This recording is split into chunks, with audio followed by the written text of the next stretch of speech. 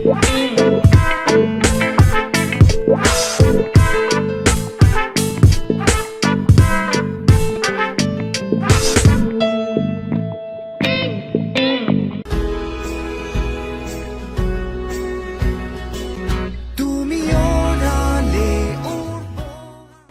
জনপ্রিয়তা পাবো ভাবিনি, বললেন সাদনিমা বিনতে নোমান। অভিনয় নাটকের মাধ্যমে পরিচিত মুখ হয়ে উঠেছেন তিনি। প্রশংসায় মুখরিত হয়েছেন গত মাসে মুক্তি পাওয়া সিনেমা লিটল মিস ক্যাওসে কাজ করে। তার বেড়ে ওঠা সংক্ষেপে দেখলে জানা যায় তার জন্ম চট্টগ্রামে ও দেশের বাড়ি টাঙ্গাইলে, তবে তার ছেলেবেলা কেটেছে ঢাকার উত্তরায়। ইচ্ছে ছিল ফ্যাশন ডিজাইনার হওয়ার, তবে বর্তমানে আলোচিত হয়েছেন সিনেমার মাধ্যমে।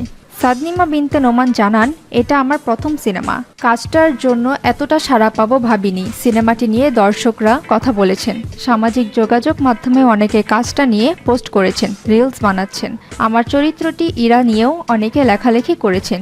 বিষয়টি আমাকে ভীষণভাবে অনুপ্রাণিত করেছে। এক সাক্ষাৎকারে তিনি বলেন ইরা চরিত্রের সাথে তার কতটা মিল। তিনি বলেন, ইরা চরিত্রের সঙ্গে আমার মিল নেই, এটি আমার ব্যক্তিত্বের বিপরীত চরিত্র। তবে রিমা আপু, নির্মাতা মাহমুদা সুলতানা আমাকে বেশ কয়েকটি সিনেমা ও সিরিজের পরামর্শ করেছিলেন। রিমা আপুর নির্দেশনা আমাকে বিশেষভাবে সহযোগিতা করেছে। সাদনিমা বিনতে নোমান জানান, ওটিটিতে তার আগ্রহ কতটুক। তিনি বলেন, বর্তমান প্রজন্ম বিভিন্ন প্ল্যাটফর্ম থেকে সিনেমা দেখে থাকেন। ওটিটি প্ল্যাটফর্মে নানা জনের কন্টেন্ট থাকে, সেখান থেকে পছন্দের কন্টেন্ট দেখার সুযোগ রয়েছে। ওটিটির কাজগুলো যথেষ্ট গোছানো। তিনি বলেন, দর্শকের রুচি বদলে গেছে, তারা রোমান্টিক গল্পের মধ্যেও বৈচিত্র্যতা চায়। তিনি বলেন, এখন ভালো গল্পের অভাব রয়েছে, ফলে মানুষ কন্টেন্ট কম দেখছে। এটা কাটিয়ে উঠলে ইন্ডাস্ট্রি আরও গতি পাবে।